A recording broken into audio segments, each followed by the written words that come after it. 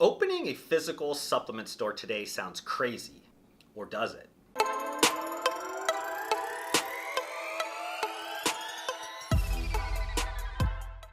So I'm not sure if you guys follow the podcast that I do with Ryan Buckeye, Fitness Informant. You guys might know him as. We have a podcast called Two Guys, One Shaker Cup. We actually just did an episode where we talked about opening a physical supplement store. And I'll pop up that link here so you guys can watch that if you are interested in that episode. And if you guys haven't watched any of that podcast, it's 30 to 45 minute podcasts that are conversational in the sense, thought-provoking. We don't really throw around a lot of data. We just kind of are looking at this as two people in the industry that have differing views, and we try to keep it digestible for people that are watching this because we understand there's going to be a varied level of individuals that do watch that. And I think we made a lot of good points on that video when we were talking kind of hypothetically if we were going to open a supplement store. But with the amount of times I get questions around this area and also the variety of ways that this is asked to me by industry professionals within my community, I'm not sure that I covered it on that podcast to the level that a lot of the people in my community maybe are satisfied with. And I want to make sure that I just kind of cover this maybe in a little bit different of a way, so I could kind of cover this idea of like the state of small and independent supplement stores. Because I'll be honest, I don't cover a lot around kind of the small specialty supplement store type of channel. You guys know I cover a lot around more of the large specialty. Quarterly, I talk and break down GNCs, I break down Vitamin Shop, I break down bodybuilding.com. And if there is categorical data with Amazon or Walmart or some of the other like food, drug, mass, convenience, public companies, I do make sure that I cover that for the channel as well. That's readily available publicly. Because of my background in accounting, finance, and then 7 years now of strategy consulting, I'm able to look at those financial reports, look at their earnings calls, look at a lot of the information in those filings and kind of pull some insights and information that sometimes trickles down to some of the smaller players within the retail space, especially retail space in the supplement industry. But a lot of times it doesn't. And I wish that I was able to cover it a lot deeper than I do, but there's just not a lot of data readily available within the fragmented nature of very small businesses that are across the United States. And of the information that I do know from some of the regional chains and things that I have business with, I'm unfortunately not able to share any of that because of NDAs. But I hope that this video does at least cover this subject matter a little bit more. And I think all three of the buckets of people that usually ask me about the small specialty independent supplement stores will get something out of this video. So I'm talking about, one, somebody that wants to open a supplement store. Even in today's market, there's still a lot of people that do want to open up a supplement store. If you are into health, fitness, and all of that, it's just a natural kind of lifestyle passion type of business that seems cool. I mean, this is what we talked a lot about in that Two Guys, One Shaker Cup podcast.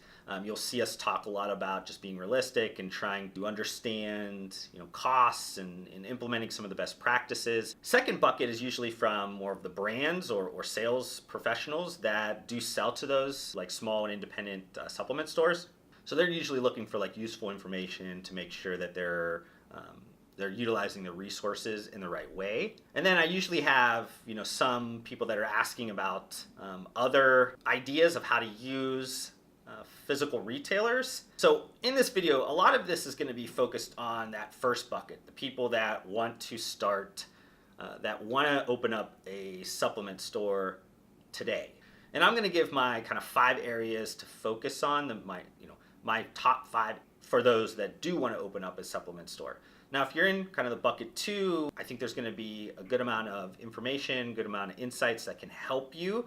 I think you're going to need to see through the trees a little bit, make sure that you understand why I'm talking about what I'm talking about, and make sure that you are adding some value to retailers that are struggling with these things. And then I wouldn't be a strategy consultant, a good strategy consultant, if I didn't at least kind of talk about that last bucket, those other ideas that are starting to get thrown around with physical retailers. So what's the current state of small and independent specialty supplement retailers? And this is technically not targeted to them, it's more of just retail in general, but you have rising rents, you have rising interest rates, you have a tight labor market, and you have a shift of sales and commerce going digitally. So if we recap that, you have higher costs of doing business, you have higher costs of borrowing money to do that business, and on top of that, you have largest buying group, millennials, that are the first digitally native buying group, the largest buying group now, that are shifting a lot of their focus towards buying things digitally, especially in a category, a CPG category like nutritional supplements, has a much more mature penetration than some of the other categories like food and beverage. So all this might sound very bleak, but if you're dead set on opening a supplement store today, I want to try to go over maybe my top 5 areas that you need to kind of think about and focus on. And these are going to be past the point of the things that I talked about a lot on that podcast. So again, make sure you guys jump back there if you'd like. What I mean about that is to kind of control the things you can control with your costs. So making sure you're projecting those costs, making sure you're projecting the risks that go along with those, projecting your opportunity, being realistic with that opportunity, just doing some basic financial modeling to make sure that you're making a good decision and you're looking at everything before you decide to open up that store. Now, say you are dead set on opening up that store and you've already kind of went through all that. I want to make sure I talk about just 5 areas that I think would be important for you to think about and focus on. First concept is going to be to think outside of your 4 walls. So this is something that is happening across retail, across larger competitors in the same space. They're thinking about their business outside of their 4 walls as well. This can be thought of in a bunch of different ways. This could be thought in a way of kind of utilizing digital and utilizing that to expand your business outside of those 4 walls. It could also mean looking at some different fulfillment options, so looking at things like click and collect, or looking at maybe on-demand shipping options, either through yourself. If you are a small local business, it might just be easier for you to just hire a college kid or high school kid to maybe do some deliveries in a window during the day, or to partner with somebody like a Postmates or Instacart or something like that if that's available to you. Secondly is to kind of look at maybe ancillary businesses, to expand your business portfolio a little bit. Maybe you got into owning a supplement store because you used to be a nutritionist or a personal trainer or something like that, where you can offer some services or things that are other important areas within supplement industry. It's always important to kind of remember supplement purchasing, a lot of it comes down to like goals. People are buying things because there's some intent behind reaching some goal. So usually supplements are just to supplement a lot of the other things that are going on in somebody's life. So if you're not attacking the root cause to what's happening, sometimes whatever you do from a supplement side is just not going to ever produce the results. And people have some expectations that are maybe a little bit too high sometimes with products that they're taking, especially the seeking of this idea of maybe thinking there's magic pills that can get them thin or make them extremely muscular or whatever that is. Need to maybe add some layers, partner with people, build those yourself if you have those capabilities, build some of those layers in there that kind of completes the loop, completes the ecosystem for people, and creating maybe strategic alliances within businesses close to you, maybe a store within a store, or do something that provides some visibility to your brand that's outside of your 4 walls. This is what I'm talking about when I'm mentioning to look outside of your 4 walls. Yes, the business that's within your 4 walls is something you need to be really focused on. You need to really control that, but need to think about outside of that. There's a ton of opportunity outside of that. So if you can create some ancillary benefits from thinking outside of those 4 walls, it's going to help you in this environment. Second concept I want to talk about is this idea that marketing is not just sitting on social media and posting to your 100, 200, even 1,000 people that follow you. I think most people at this point understand that social media is pay to play at this point. It is free to post. It is free to get some element of organic reach, but even though you might have 10,000 followers, you might only get a certain percentage of that, a certain small percentage of that that's seeing that. And on social media, especially something like Instagram, you might not necessarily even have a large proportion of your followers locally something that would be interested in buying your product. So if you're not utilizing digital and you're not really focusing on digital also within your store, you are going to struggle. You're going to struggle by just simply being lazy and posting on social media and thinking, hey, I'm doing my marketing, I'm really killing it out there. To remember that you are a local business. Supplement stores are a local business, and that local business needs to make sure that they're out there building their reputation within the community. I grew up in a family with my dad was an entrepreneur, he owned a local business, so I saw this firsthand that you need to be known in the community. People need to know who your name. People need to know your name. People need to know your story, because the more that they know you, the more they know your story. It's held in a positive manner. The more business you're going to get, because though Amazon might be cheaper, though GNC might be cheaper, they don't personally know Jeff Bezos. They don't personally know Ken Martindale, the CEOs of these companies. They don't know them, but they do know Josh. They know Josh at Josh's Supplement. They know my kids. They know my wife. They know that this dollar that they're getting spent, the extra dollar or two that I have to price my products at because I unfortunately am not as big as those companies, they understand that that is money going to a really good cause. It's going towards a guy that's trying to maybe put his kids in a good daycare, make sure that he can put food on his table. So the more that you're integrated into the local community, the better off you're going to be. Now, by making that first comment and kind of talking down a little bit about how stores, retailers use social media, what I want to make sure I mention is that social media is great. Honestly, use social media to its benefit, but make sure you're using social media to actually add value, actually create some value in this world. So, if you're going to take pictures, make sure you're taking high quality photos. You probably have a $1,200 camera in your pocket right now. Learn some things around photography, some basics around lighting. Maybe look at free editing software that you can have on your phone. Just make sure those pictures look great. Move to some ideas where you are adding some level of clout for your business. Make sure you're positioning yourself as an expert in the space and the products that you're selling. Build that digital personal brand just as if you're building your analog local personal brand. Engage with the community, engage with the industry in which you're in. Just overall utilize social media in a more effective way than just sitting back the lazy way, posting something that's a terrible piss poor photo that is not going to do anything for your business. Third thing I want to talk about here is just an element of service and experience. I'm sure most people at one point or another has said, customer service is just dying. It's just not like it used to be. And I'm one of those people that say that all the time, and it's one of the reasons why I shop almost exclusively. 95% of the things that I buy, even food and everything, comes digitally. I don't really go into stores anymore because they're not providing me any benefit past what I can do myself at home. So it's important to mention that any person, any customer that walks in your door is the most important thing in your life at that point.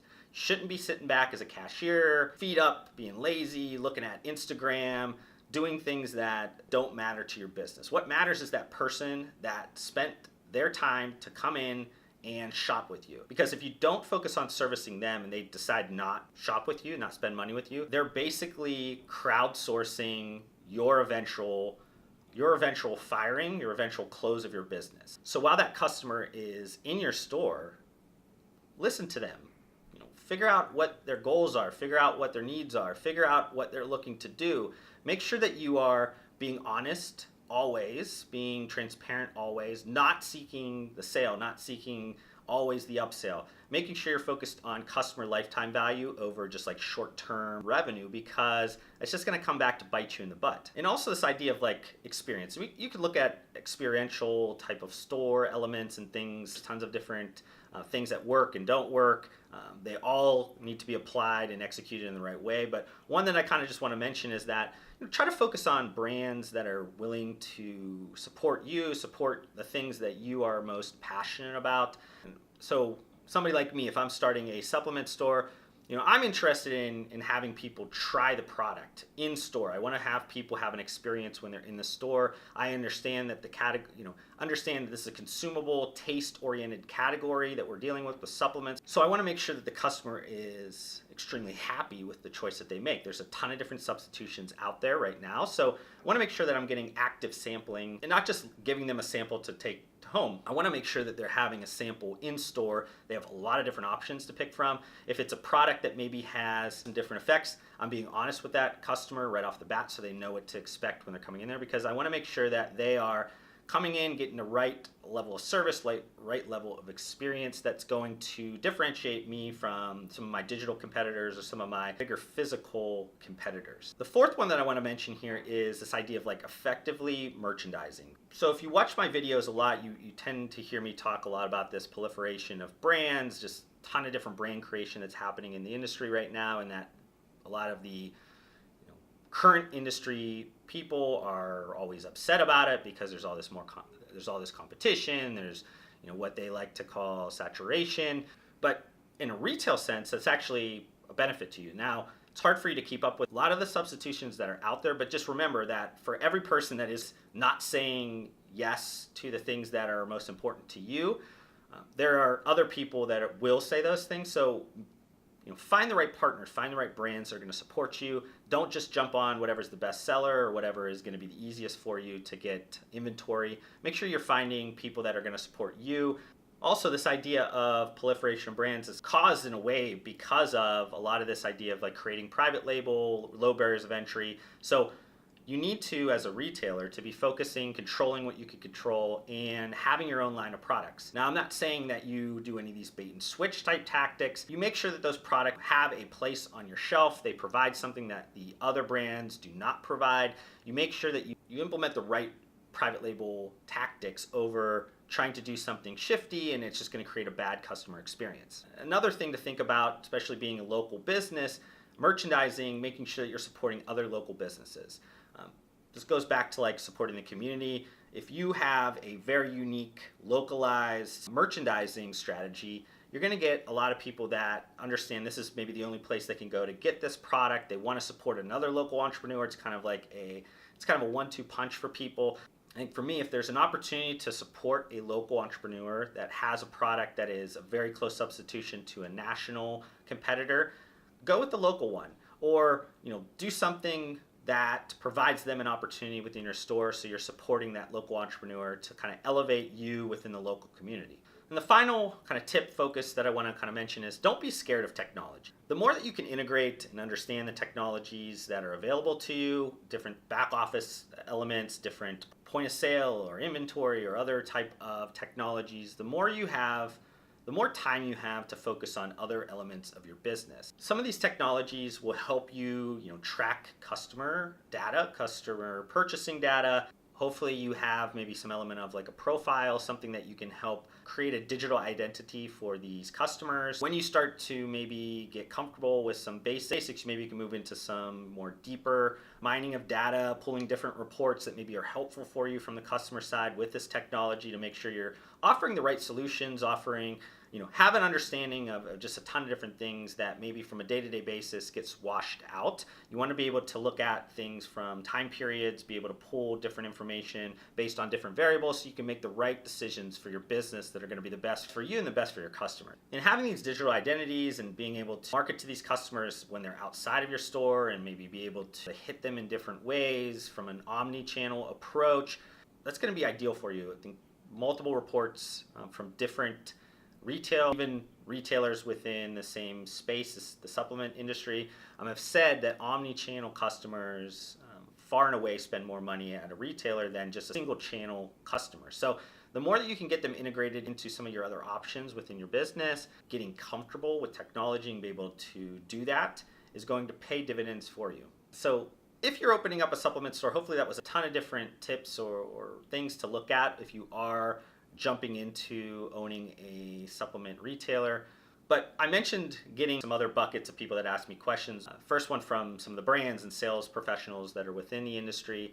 Pay attention to the things that I was saying. Some of the things that maybe are advanced subject matters, things that retailers could be doing. If they are doing, you can help support. Because in this environment, it's separating the winners and losers. You need to be able to decide quickly if these retailers are in the winning bucket, the growing bucket, the ones that maybe are struggling a little bit, but you really like to deal with them, so you want to help them a little bit. You need to understand where they kind of fit into this and understand where you can add value I'm going to make another video based around sales professionals here that's going to launch maybe the next week or so. The point of that video is going to be around enhancing your ability to be a consultant within the space, making sure you're adding value, being this new age sales professional to help the customers that you're dealing with.